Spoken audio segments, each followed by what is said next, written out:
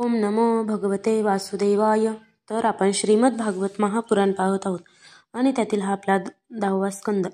10व्या स्कंदातील अध्याय प्रथम अध्यायामध्ये आपण भगवंतांचे पृथ्वीला आश्वासन, वसुदेव देवकी विवाह आणि कंसाकडून देवकी पुत्रांची हत्या पाहणार आहोत. राजा परीक्षिताने विचारले, भगवन, आपण चंद्रवंश आणि सूर्यवंशाचा विस्तार, दोन्ही वंशांच्या राजांची अत्यंत अद्भुत चरित्रे तसेच धर्मप्रेमी यदूंचे सुद्धा विस्तारपूर्वक वर्णन केले. आता त्याच वंशात आपला अंश असलेल्या श्री बलरामांसह अवतीर्ण झालेल्या भगवान श्रीकृष्णांचे चरित्र आम्हाला ऐकवावे. प्राण्यांचे जीवनदाते आणि सर्वात्मा अशा भगवंतांनी यदुवंशात अवतार घेऊन ज्या ज्या लीला केल्या त्या विस्ताराने आम्हाला सांगा. अनासक्त लोक ज्याचे गायन करीत असतात, जे भवरोगावरील औषध आहे, जे कानाला आणि मनाला परम आल्हाद देणारे आहे, अशा भगवंताच्या गुणवर्णनाला आत्मघाती माणसाव्यतिरिक्त दुसरा कोण कंटाळेल. युद्धात देवांना सुद्धा जिंकणारे भीष्मादी अतिरथी रूपी प्रचंड मासे ज्यात होते, अशा कौरव सेनेचा अपार सागर माझ्या आजोबांनी ज्यांच्या चरणरूपी नौकेच्या साह्याने वासरांच्या खोराने तयार झालेल्या खड्ड्यातील पाणी ओलांडावे तसा पार केला. कौरव आणि पांडव या दोन्ही वंशांचे बीज असे माझे हे शरीर अश्वत्थाम्याच्या ब्रह्मास्त्राने जळून गेले होते. त्यावेळी माझी माता भगवंतांना शरण गेली. तेव्हा त्यांनी हातात चक्र घेऊन माझ्या मातेच्या गर्भात प्रवेश केला आणि माझे रक्षण केले. हे विद्वन, सर्व शरीर धारण करणाऱ्यांच्या आत आत्मरूपाने राहून आत्मतत्वाचे आणि बाहेर कालरूपाने राहून मृत्यूचे दान करणाऱ्या आणि मनुष्यरूपाने प्रकट होणाऱ्या त्यांच्या लीलांचे आपण वर्णन करावे. आपण आत्ताच सांगितले की बलराम रोहिणीचे पुत्र होते. त्यानंतर देवकीच्या पुत्रांमध्ये सुद्धा आपण त्यांची गणना केलीत. दुसरे शरीर धारण केल्याशिवाय दोन मातांचा पुत्र होणे कसे शक्य आहे? भगवान श्रीकृष्ण पित्याच्या घरातून व्रजभूमीकडे का गेले? तसेच भक्तवत्सल प्रभूंनी नातलगांसह कोठे कोठे निवास केला? केशवांनी गोकुळात आणि मथुरेत राहून कोणकोणत्या लीला केल्या? तसेच त्यांनी कंस हा मामा असल्यामुळे त्याला मारणे योग्य नसूनही का मारले? मनुष्य देह धारण करून द्वारकापुरीमध्ये यादवांसह त्यांनी किती वर्ष निवास केला आणि त्यांना किती पत्न्या होत्या? हे सर्वज्ञ मुनिवर, श्रीकृष्णावर नितांत श्रद्धा असणाऱ्या मला त्यांच्या या व इतरही सर्व कथा विस्ताराने सांगाव्यात. आपल्या मुखकमलातून पाझरणाऱ्या भगवंताच्या अमृत कथेचे पान करीत असल्यामुळे पानही न पिणाऱ्या मला असह्य अशी ही तहानभूक मुळीच सतावीत नाही. सूत म्हणतात, शौनका, भगवंताच्या भक्तात अग्रगण्य अशा सर्वज्ञ सुखदेवांनी परीक्षितांचा हा उत्तम प्रश्न ऐकून त्याचे कौतुक केले आणि कलिमलांना नाहीसे करणाऱ्या श्रीकृष्ण चरित्रांचे वर्णन करण्यास प्रारंभ केला. श्री सुकाचार्य म्हणतात, हे श्रेष्ठ राजर्षे, तू जो काही निश्चय केला आहेस तो अतिशय सुंदर आहे, कारण श्रीकृष्णांच्या कथा श्रवण करण्यामध्ये तुला गाढ प्रीती निर्माण झाली आहे. भगवान श्रीकृष्णांच्या कथेसंबंधीचा प्रश्न वक्ता, प्रश्नकर्ता आणि श्रोता अशा तिघांनाही गंगाजलाप्रमाणे पवित्र करतो. त्यावेळी लाखो दैत्य गर्विष्ठ राजांचे रूप धारण करून पृथ्वीला भारभूत झाले होते. त्यापासून आपले रक्षण व्हावे म्हणून ती ब्रह्मदेवांना शरण गेली. त्यावेळी तिने गायीचे रूप धारण केले होते. तिच्या डोळ्यातून आसवे वाहत होती. ती खिन्न होऊन करुण स्वरात हंबरडा फोडीत होती. ब्रह्मदेवाकडे जाऊन तिने त्यांना आपले संकट सांगितले. ब्रह्मदेवांनी ते ऐकून तिला बरोबर घेतले आणि ते भगवान शंकर व अन्य देवांसह श्रीसागराच्या किनाऱ्यावर गेले. तेथे जाऊन ब्रह्मदेवांनी एकाग्रचित्त होऊन पुरुषसुक्ताने जगतपालक सर्वांतर्यामी देवादिदेव श्री विष्णूंची स्तुती केली. त्यांनी समाधी अवस्थेत असतानाच आकाशवाणी ऐकली. त्यानंतर ब्रह्मदेव त्यांना म्हणाले, देवांनो, भगवंतांची आज्ञा तुम्ही माझ्याकडून ऐका आणि माझ्याप्रमाणे करा, वेळ लावू नका. पृथ्वीच्या कष्टांची भगवंतांना पूर्वीच कल्पना होती. ते देवादिदेव आपल्या कालशक्तीच्या द्वारा पृथ्वीचा भार हलका करीत जोपर्यंत पृथ्वीवर राहतील तोपर्यंत तुम्ही यदुकुलात अंशरूपाने जन्म घेऊन राहा. वसुदेवांच्या घरी स्वतः भगवान पुरुषोत्तम प्रकट होते. त्यांना आनंद देण्यासाठी देवांगांनाही जन्म घ्यावा.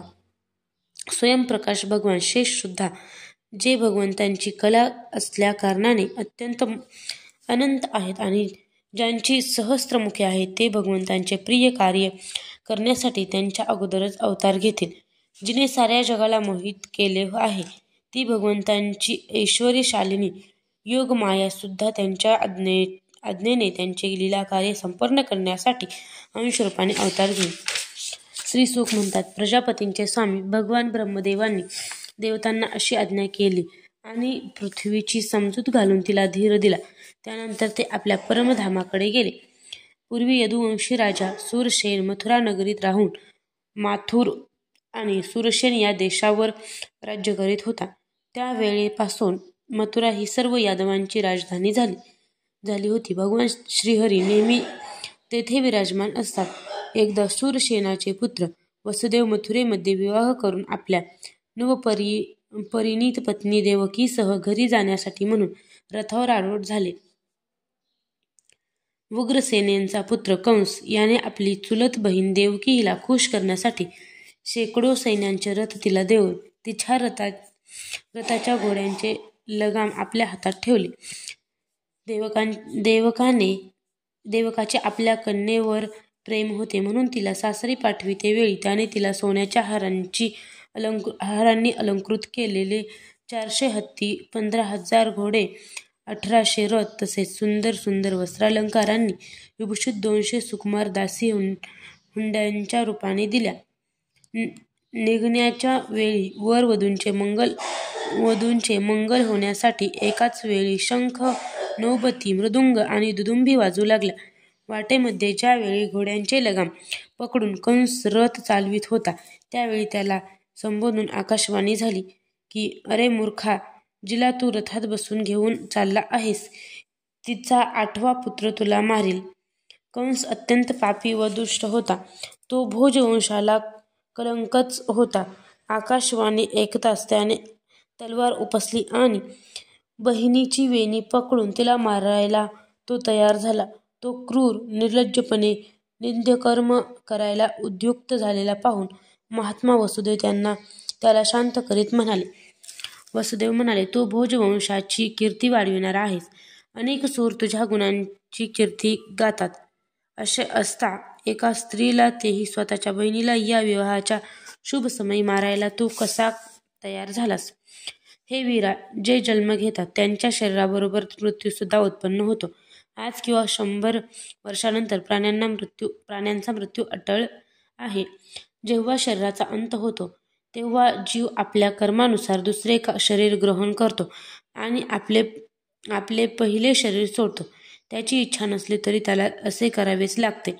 ज्याप्रमाणे चालते वेळी माणूस एक पाय जमिनीवर ठेवूनच दुसरा उचलतो किंवा जशी अळी दुसरी गवताची काडी पकडते आणि मगच अगोदरची काडी सोडते, त्याप्रमाणे जीवसुद्धा कर्मानुसार दुसरे शरीर प्राप्त केल्यानंतरच हे शरीर सोडतो. ज्याप्रमाणे एखादा पुरुष जागृत अवस्थेमध्ये राजाचे ऐश्वर्य पाहून, इंद्रादिकांचे ऐश्वर्य ऐकून मनाने त्यांची अभिलाषा करू लागतो आणि त्यांचे चिंतन करीत करीत त्याच गोष्टींमध्ये गुंतून त्यांच्याशी एकरूप होतो आणि स्वप्नांमध्ये स्वतः राजा किंवा इंद्र बनतो, त्याबरोबर आपले मूळ रूप विसरतो. त्याचप्रमाणे जीव कर्मानुसार कामना करून दुसऱ्या शरीराला जाऊन मिळतो आणि पहिल्या शरीराला विसरतो. देहांताच्या वेळी जीवाचे वासनायुक्त मन जन्मांच्या संचित आणि प्रारब्ध कर्मांच्या वासनांच्या अधीन होऊन मायेने रचलेल्या अनेक पांचभौतिक शरीराकडे धावता धावता फलाभिमुख कर्माप्रमाणे ज्या शरीराच्या चिंतनामध्ये तल्लीन होते तेच शरीर ग्रहण करते आणि त्या मनाशी तादात्म्य पावलेला जीव तेच शरीर धारण करतो. ज्याप्रमाणे सूर्य, चंद्रादी वस्तू, पाणी, तेल इत्यादी सर्व द्रव्य पदार्थांमध्ये प्रतिबिंबित होतात आणि वाऱ्याने द्रव पदार्थ हलल्याने त्या प्रतिबिंबित वस्तू सुद्धा हलताना दिसतात, त्याचप्रमाणे जीव आपल्या स्वरूपाच्या अज्ञानाने रचलेल्या शरीरावर प्रेम करून ते आपणच आहे असे मानतो आणि मोहाने त्याच्या येण्या जाण्याला आपले येणे जाणे मानू लागतो. म्हणून ज्याला आपले कल्याण व्हावे असे वाटते त्याने कोणाचाही द्रोह करता कामा नये, कारण जीव कर्मांच्या अधीन असतो आणि जो द्रोह करेल त्याला या जीवनात शत्रूकडून आणि जीवनानंतर परलोकाकडून भय असतेच. ही तुझी धाकटी बहीण अजून लहान असून बिचारी बाहुलीसारखी दीन झाली आहे, म्हणून तुझ्यासारख्या दीनवत्सल पुरुषाने या बिचारीचा वध करणे बरे नव्हे. श्री शुक म्हणतात, परीक्षिता, वसुदेवांनी अशा प्रकारे समुपचाराने आणि भय दाखवून कंसाला समजाविले, परंतु तो क्रूर राक्षसांच्या मताप्रमाणे वागणारा असल्यामुळे त्याने आपला निश्चय सोडला नाही. कंसांचा हा हट्ट पाहून वासुदेवांनी विचार केला की कोणत्याही प्रकारे ही वेळ तर टाळली पाहिजे. तेव्हा त्यांनी ठरविले की जोपर्यंत बुद्धी आणि शक्ती यांची जोड आहे तोपर्यंत बुद्धिमान माणसाने मृत्यू टाळण्याचा प्रयत्न केला पाहिजे. प्रयत्न करूनही जर तो टळला नाही तर त्यात प्रयत्न करणाऱ्यांचा काही दोष नाही. म्हणून या मृत्यूरूप कंसाला आपले पुत्र देऊन या बिचारीला वाचवावे. जर मला पुत्र झाले आणि तोपर्यंत हा कंस मेला नाही तर निदान ही तरी वाचेल, न जाणो उलटेही होईल. कारण विधात्याचे विधान समजणे अत्यंत कठीण आहे. कारण मृत्यू समोर येऊन सुद्धा टळतो आणि टळलेला सुद्धा परत येतो. ज्यावेळी जंगलात आग लागते त्यावेळी कोणते लाकूड जळेल आणि कोणते जळणार नाही या गोष्टीला अदृष्टाशिवाय दुसरे कोणतेच कारण नाही. त्याचप्रमाणे प्राण्यांचा शरीराशी होणारा संयोग व वियोग याचे कारण कळणे अत्यंत अवघड आहे. आपल्या बुद्धीनुसार असा निश्चय करून वसुदेवांनी अत्यंत सन्मानपूर्वक त्या दुष्ट कंसाची अतिशय प्रशंसा केली. कंस अतिशय क्रूर आणि निर्लज्ज होता, म्हणून त्या असे करतेवेळी वसुदेवांच्या मनात अत्यंत क्लेश होत होते. तरीसुद्धा त्यांनी वरवर आपला चेहरा प्रफुल्लित करीत हसत ते म्हणाले. वसुदेव म्हणाले, हे सौम्य, आकाशवाणी झाल्याप्रमाणे तुला देवकीपासून काही भीती नाही. भय तर पुत्रापासून आहे, म्हणून हिचे पुत्र मी तुझ्याकडे आणून सोपवीन. श्री शुक म्हणतात, वसुदेव खोटे बोलणार नाही. हे जाणून कंसाने बहिणीला मारण्याचा विचार सोडून दिला. तेव्हा वसुदेवांनी प्रसन्न मनाने त्याची स्तुती करून ते आपल्या घरी आले. योग्य वेळी सर्व देवता स्वरूप देवकीचे प्रतिवर्षी एक याप्रमाणे 8 पुत्रांना आणि एका कन्येला जन्म दिला. पहिल्या पुत्रांचे नाव कीर्तिमान असे होते. वसुदेवांनी त्याला मोठ्या कष्टाने कंसाकडे आणून दिले, कारण त्याला असत्याचे अधिक भय वाटत होते. सज्जनांना असह्य असे काय असते, त्यांनी पुरुषांना कोणत्या गोष्टींची अपेक्षा असते, ज्ञानी पुरुषांना कोणत्या गोष्टींची अपेक्षा असते, नीच पुरुषांना न करण्याजोगे काय असते आणि जितेंद्रियांना त्याग न करण्यासारखे काय असते. हे राजा, वसुदेवांना जीवन मृत्यूमधील समान भाव आणि सत्याशी एकनिष्ठता पाहून कंस प्रसन्न होऊन हसत म्हणाला, आपण या बालकाला परत घेऊन जा. याच्यापासून मला काहीही भीती नाही, कारण तुमच्या 8व्या मुलाकडून माझा मृत्यू नेमलेला आहे. ठीक आहे असे म्हणून वासुदेव त्या बालकाला घेऊन परत आले.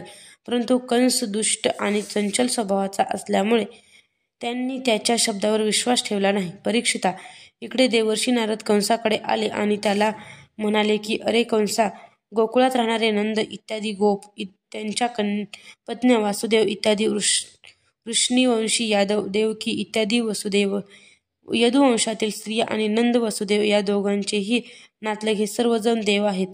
यावेळी जे तुझी सेवा करीत आहेत ते सुद्धा देवच आहेत. त्यांनी असेही सांगितले की दैत्यांच्या मुळे पृथ्वीवरील भार वाढला आहे, म्हणून देव आता त्यांच्या वधाची तयारी करीत आहेत. असे म्हणून नारद जेव्हा निघून गेले तेव्हा कंसाचा निश्चयच झाला की हे यादव देव आहेत आणि देवकीच्या गर्भापासून भगवान विष्णूच मला मारण्यासाठी जन्म घेणार आहे. म्हणून त्याने देवकीला आणि वासुदेवांना बेड्या घालून कैदेत टाकले आणि त्या दोघांना जे जे पुत्र होत गेले त्यांना विष्णू समजून मारून टाकले. पृथ्वीवर बहुधा स्वतःचेच पोषण करणारे लक्ष्मीराजे स्वार्थासाठी मातापिता, बंधू किंवा इष्टमित्र यांचीही हत्या करतात. कंसाला हे माहीत होते की आपण पूर्वजन्मी कालनेमी नावाचा असुर होतो आणि विष्णूने आपल्याला मारले होते, म्हणूनच त्याने यादवांशी वैर मांडले होते. बलवान कंसाने यदू, भोज आणि अंधक वंशाचे राजे असलेल्या आपल्या पित्याला उग्रसेनाला कैद केले आणि तो स्वतः सूरसेन देशाचे राज्य करू लागला. अध्याय 1 समाप्त.